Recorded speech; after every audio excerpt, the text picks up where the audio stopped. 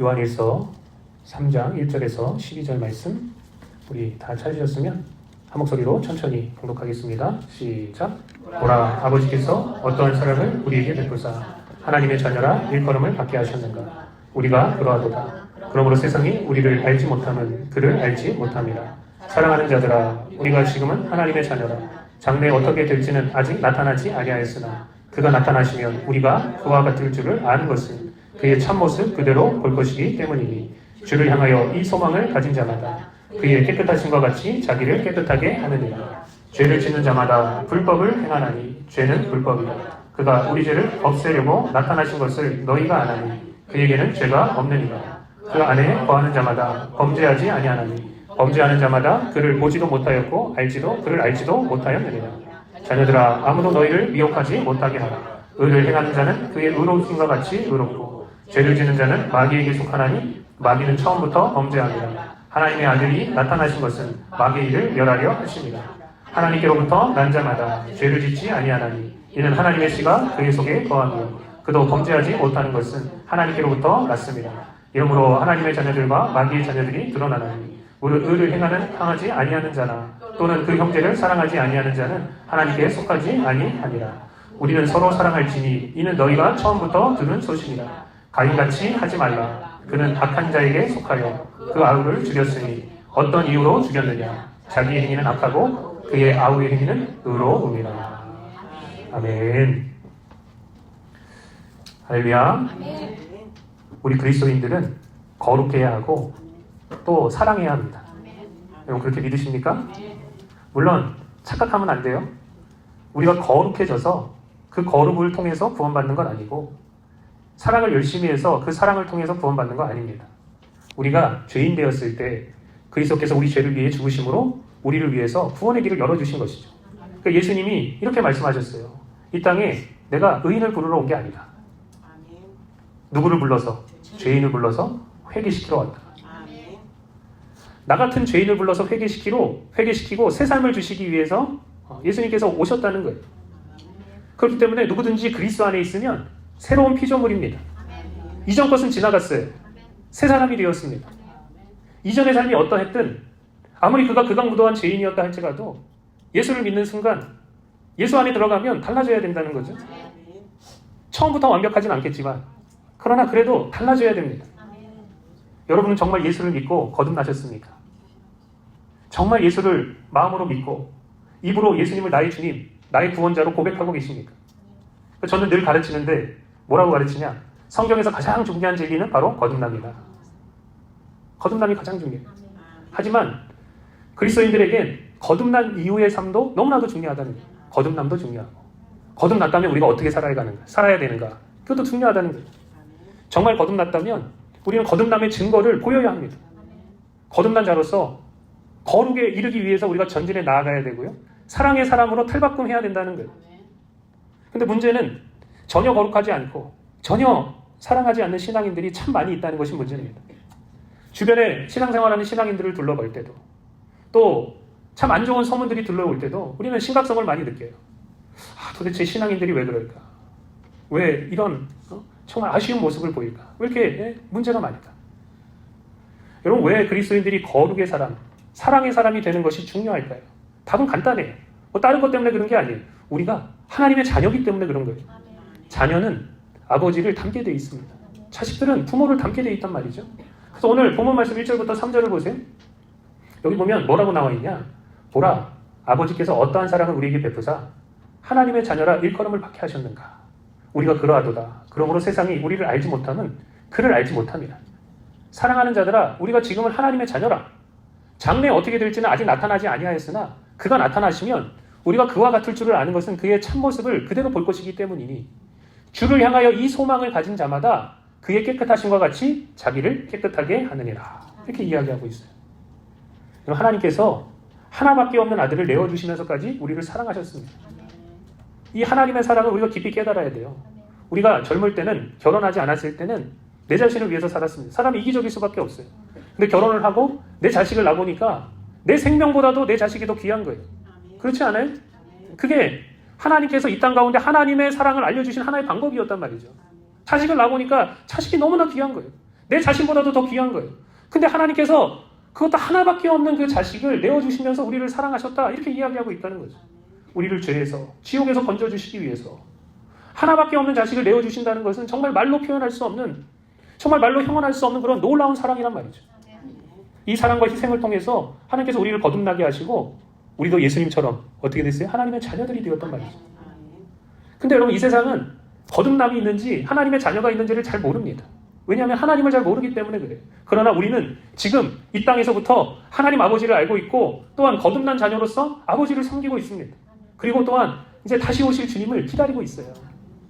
그럼 그리스도인들이 어떠한 삶을 살아가야 되냐? 3절은 너무나도 명확하게 얘기하고 있는 거예요. 주를 향하여 너희가 거듭났느냐?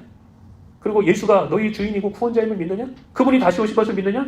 주를 향하여 이 소망을 가진 자마다 그의 깨끗하심과 같이 어떻게 한다고? 자기 자신을 깨끗하게 하느니라. 막 사는 거, 이 땅 가운데 죄에 뒹굴며 사는 거, 남 등쳐먹고 거짓말하고 나쁜 짓 하고 다니는 거, 그거 그리스도인이 아니라는 거예요. 무엇이 그리스도인들로 하여금 거룩을 추구하도록 만드느냐? 예수님이 다시 오실 때 그분을 뵙고 그분이 주시는 그 구원에 참여하고자 하는 열망이 우리를 거룩으로 이끈단 말이죠. 이 소망이 진짜 그 마음에 있다면 예수님이 깨끗하신 것처럼 자기 자신을 깨끗하게 하는 거예요. 만약에 이 거룩에 대한 열망이 없으면 여러분, 그는 가짜입니다. 가짜. 오늘 본문 말씀을 계속해서 보세요. 4절부터 6절. 여기 보면 이렇게 나왔습니다. 죄를 짓는 자마다 불법을 행하나니 죄는 불법이라. 그가 우리 죄를 없애려고 나타나신 것을 너희가 아나니 그에게는 죄가 없느니라. 그 안에 거하는 자마다 범죄하지 아니하나니 범죄하는 자마다 그를 보지 못하였고 그를 알지도 못하였느니라. 이렇게 이야기하고 있어요. 그러니까 너무나도 원리가 간단하고 명확한 거예요. 예수 안에 거하는 자마다 범죄하지 않으려고 하고 자기 자신을 깨끗하게 한다는 거예요. 그러나 신앙이 있다고 스스로는 주장하지만 참 신앙이 없는 자들은 거룩을 추구하지도 않고 실상은 예수님과 전혀 상관없는 자들이다 이렇게 이야기하고 있다는 거죠. 그러니까 여러분, 거룩 앞에 너무나도 명확하게 양과 염소가 구분된다는 거예요. 진짜와 가짜가 구분된다는 거예요. 예수님께서 모든 민족을 그 앞에 모으시고 각각 구분하기를 넘겨주세요. 목자가 양과 염소를 구분하는 것 같이 하여 양은 오른편에 염소는 왼편에 두리라 이렇게 이야기하고 진짜와 가짜를 구분한다는 거예요. 여러분, 양과 염소는 동물 중에서 서로 가장 가까운 친척입니다. 닮은 구석도 많아요. 그래서 사람에게 털도 주고요, 젖도 주고요, 고기도 제공합니다. 그러면서 비슷해 보여요. 근데 자세히 들여다보면 굉장한 차이점들이 많습니다. 먼저 외형적으로 차이가 있어요. 양은요, 털이 두껍고 잘 자랍니다. 털을 깎아야 되겠죠? 그래서 털 안 깎고 야생에 있는 양들 보면 막 이렇게 비대해져가지고 그것 때문에 죽기까지 하죠. 그죠? 털 깎아야 돼요. 얼굴이 양은 둥글고 코가 짧습니다. 또 꼬리도 아래로 내려가요. 반면에 염소는 털이 짧고 걸칩니다. 염소 털 깎았다는 소식 들어봤어요? 못 들어봤죠? 염소는 얼굴이 얄싹하고 길고 코가 뾰족해요. 그리고 염소는 꼬리가 위로 올라갑니다. 게다가 염소는 수염까지 있어요. 아주 뭔가 좀 간사해 보이지 않아요? 그죠? 그 다음에 성격과 행동에서도 차이가 나요. 양은 염소에 비해서 굉장히 온순하고, 그렇다고 뭐 성격이 좋다는 얘기는 아닙니다. 양도 성격이 더럽습니다. 그래서 때로는 우리가 양 같아서 그릇 행하여 각기제기로 갔거나 이렇게 얘기하지 않습니까? 그래도 양은 염소에 비해서 온순하고요, 겁이 많아요. 그리고 무리를 지어서 무리를 따르는 경향을 가져요. 혼자 있으면 불안해합니다. 근데 양은요, 이 염소는요, 호기심이 많고 활동적이에요. 혼자서도 잘 행동하고요, 잘 뛰어오르고 높은 것도 좋아합니다. 뭐 절벽을 타는 그 염소도 굉장히 많잖아요. 마지막으로 먹이와 생활 습관에서도 다릅니다. 양은 주로 풀을 먹고 평평한 초원에서 생활합니다. 반면에 염소는 풀뿐만 아니고요, 나뭇잎도 먹고요, 나무 껍질도 까먹고요, 산지나 험한 지형에서도 잘 적응하고 삽니다. 그러니까 이 양과 염소가 굉장히 비슷해 보이는데 사실은 완전히 다르고 그 안에 있는 DNA가 전혀 같지가 않다는 거예요. DNA 숫자부터 완전히 다르다는 거예요. 그래서 제가 한 번은 인터넷에서 양과 염소를 구분하는 영상을 이렇게 본 적이 있어요. 길을 이렇게 펜스를 쫙 만들어 놓고요, 거기에 양과 염소를 지나가게 해요. 그럼 막 뭣도 모르고 막 열심히 지나갑니다. 그런데 그 길에 그 옆에 문을 하나 이렇게 둬가지고 그쪽으로 길을 하나 또 따로 내놔요. 그러다가 쭉 양이 지나가다가 염소가 오면 그 문을 팍 열어서 이쪽으로 가지 못하도록 해버려요. 그리고 이쪽으로 보내버리고 또 문을 또 열어가지고 양은 또 가게 하고, 또 문을 염소가 오면 또 이렇게 탁 열어가지고 여기는 닫아버리고 이쪽으로 가게 하고. 그러니까 너무나도 명확하게 구분되기 때문에요, 겉으로 봤을 때도 분류가 너무 쉬운 거예요. 예수님께서 마지막 때 어떻게 하시겠다고요? 모든 민족 앞에서 양과 염소를 이렇게 목자가 구분하듯이 구분할 것이다. 이렇게 이야기하고 있다는 거예요. 그 염소가 아무리 노력을 해도 양이 될 수 없고요. 양의 본성을 따라서 행하는데 한계가 있을 수밖에 없다는 거예요. 왜요? DNA가 틀리기 때문에, 염소기 때문에. 마찬가지로 너무나도 분명하게 하나님의 자녀와 마귀의 자녀가 구분되게 되어 있습니다. 이 세상에 수많은 사람들이 있어도요, 영적으로는 두 종류밖에 없다는 거예요. 한쪽은 하나님 자녀, 한쪽은 뭐예요? 마귀의 자녀. 애매하거나 회색지대가 없어요. 하나님의 자녀는 하나님을 닮고 거룩하게 살고자 하는 열망을 가졌지만, 마귀의 자녀는 어쩔 수 없이 마귀를 닮고 거룩을 추구하지 않는다는 거예요. 자, 7절부터 9절을 보세요. 오늘 본문 말씀. 여기 보면 이렇게 나와 있죠. 자녀들아, 아무도 너희를 미혹하지 못하게 하라. 의를 행하는 자는 그의 의로우신과 같이 의롭고 죄를 짓는 자는 마귀에게 속하나니 마귀는 처음부터 범죄함이라. 하나님의 아들이 나타나신 것은 마귀의 일을 멸하려 하심이라. 마귀의 일이 뭐예요? 죄짓게 하는 거죠. 거룩을 추구하지 못하게 하는 거예요.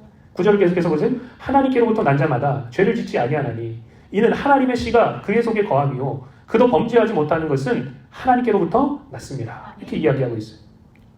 그러니까 핵심은 뭐냐? 진짜 신앙인들은 하나님과 예수님을 닮아가게 되어 있다는 거예요.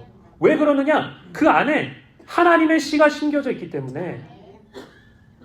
여러분 안에 하나님의 씨가 정말 심겨져 있다면, 여러분 안에 하나님의 DNA가 있다면 우리의 삶은 달라질 수밖에 없다는 거예요.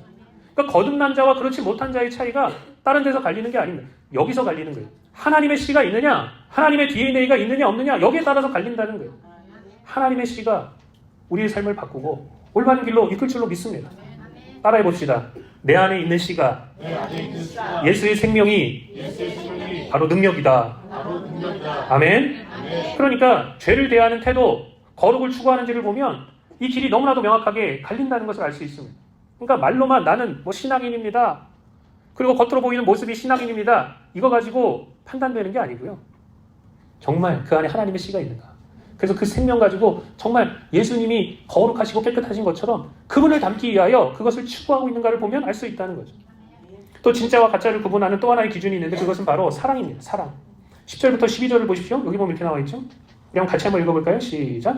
이러므로 하나님의 자녀들과 마귀의 자녀들이 드러나나니 무릇 의를 행하지 아니하는 자나 또는 그 형제를 사랑하지 아니하는 자는 하나님께 속하지 아니하니라. 우리는 서로 사랑할지니 이는 너희가 처음부터 들은 소식이라.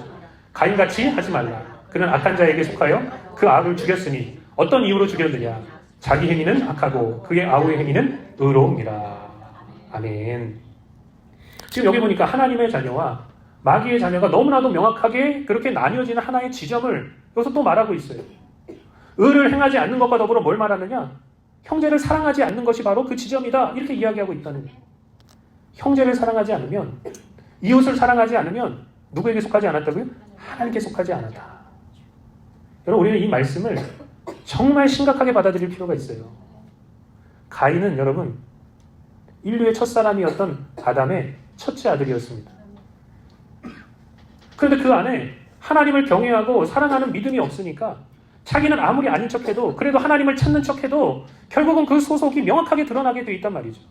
이 가인이 악한 자, 마귀에게 속했었다 이렇게 말하고 있습니다. 그러니까 자꾸 그 안에서 시기와 질투가 나는 거예요. 미움이 나오는 거예요. 다툼과 반목이 그 가운데서부터 나오게 되는 거죠. 이것이 바로 마귀의 본성이요, 마귀의 DNA였단 말이죠. 결국은 자기 아우가 너무나 꼴보기 싫은 거예요. 하나님께 복받는 아우, 하나님이 인정하시는 아우. 그 아우가 꼴보기 싫어가지고 둘로 유인해서 결국은 뭐예요? 인류 최초의 살인을 하기에 이르지 않습니까? 여러분 생각해 보세요. 인류의 첫 살인이 뭐 몇 대에 걸친 다음에 그 후에 나온 게 아니고요. 바로 첫사람 아담의 아들이었던 그 두 형제 사이에서, 가인과 아벨 사이에서 일어났다는 것은 너무나도 충격적이란 말이죠. 많은 그리스도인들이 시기하고 질투하고 미워하고 반목합니다. 그렇지 않아요? 교회 안에 보면 수많은 그리스도인들이 신앙생활 한다고 하고 주님을 찾는다고 하고 말씀대로 살아간다고 하는데 전혀 사랑하지 않는 거예요. 여러분, 영적으로 우리가 어릴 때는 그럴 수 있어요. 사도 바울은 영적으로 이 그리스도인들이 어릴 때 육적으로 분명히 행할 수 있고 시기와 분쟁이 있을 수 있다, 그렇게 이야기하고 있습니다. 자, 고린도전서 3장 1절부터 3절을 보세요. 여기 보면 이렇게 나와 있죠. 형제들아, 내가 신령한 자들과 대함 같이 너희에게 말할 수 없어서 육신에 속한 자 곧 그리스도 안에서 어린아이들을 대함과 같이 하노라. 너희는 아직도 육신에 속한 자로다. 너희 가운데 시기와 분쟁이 있으니 어찌 육신에 속하여 사람을 따라 행함이 아니리요. 이렇게 이야기하고 있습니다. 사도 바울이 분명하게 영적으로 어릴 때는 육적으로 행할 수 있고 시기와 분쟁이 있을 수 있다. 그렇게 이야기하고 있어요. 우리 그리스도인들도 아직 우리가 육체를 가지고 이 땅을 발로 밟고 살아가기 때문에 여러분 뭐 떠다니십니까? 뭐 영적으로 날아다니십니까? 그게 아니죠.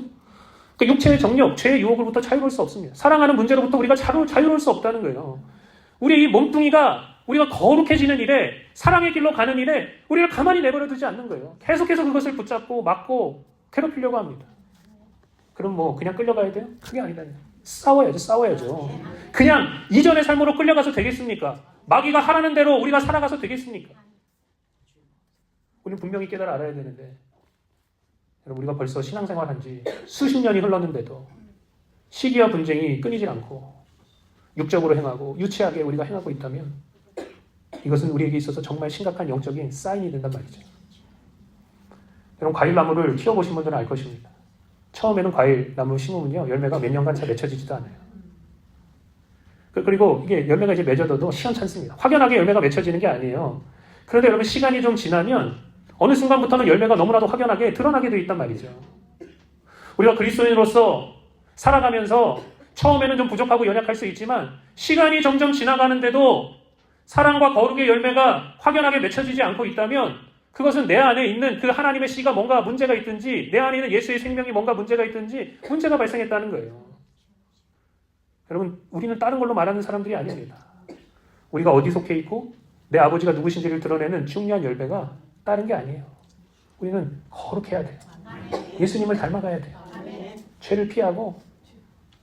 죄를 피하고 깨끗함을 추구해야 됩니다. 또한 뭐예요? 사랑해야 돼요.